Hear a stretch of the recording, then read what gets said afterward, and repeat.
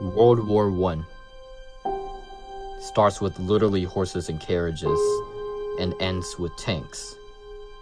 You could argue this is where modern war begins.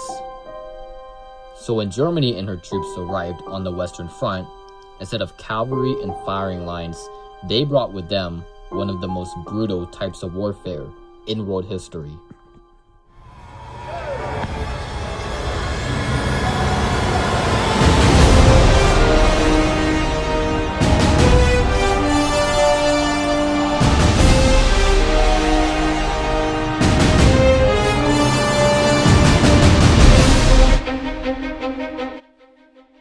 Mankind is no stranger to trench warfare. We've seen it used in the Civil War, Crimean War, and even the Romans utilized it.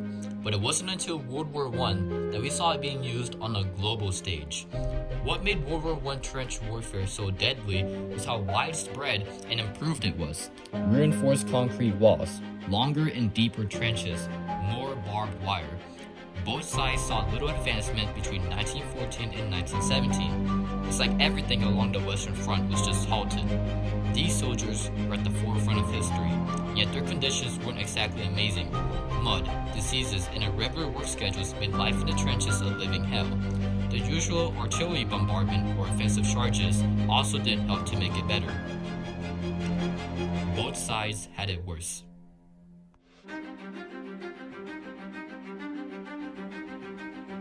Every day in the morning, soldiers on both sides performed what was called a stand-to. Basically, that means every day, half an hour before sunrise, soldiers would position themselves along the front of the trenches in order to repel back any charge made by the other side during the night. These meant soldiers were on high alert, ready to defend their trenches from any onslaught brought by the enemy. Soldiers wouldn't get much sleep, and the only time they would get rest is in the afternoon, because at night, they're up doing their chores and tasks, refilling sandbags, setting up barbed wire, digging, or corpse removal. And if you were one of the unlucky ones, you were sent out to no man's land.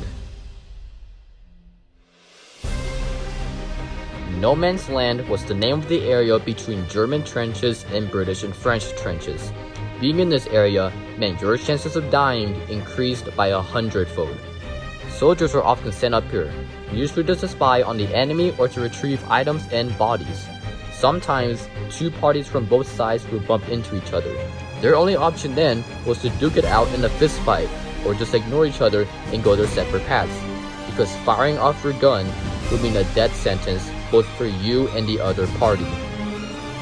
Only until 1917, when better weapons and technology were made, that the Western Front finally saw a movement. The days of the trenches were over, and both sides switched to different tactics.